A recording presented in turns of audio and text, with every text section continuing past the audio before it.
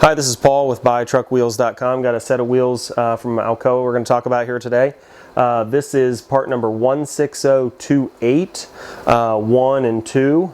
This fits the E350 and 450 dual wheel chassis, as well as some older model 84 through 97 Ford F350, the truck chassis.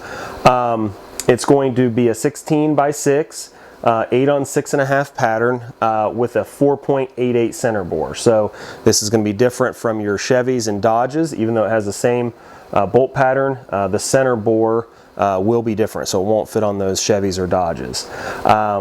This comes in a kit with 2 front wheels, 2 rears, and your accessories.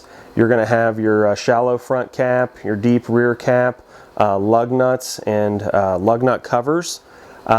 We've got some detailed videos on instructions on how to install the caps. Always remember they do not go in from the back side, as the wheel does have to be hub centered and rest perfectly on that hub.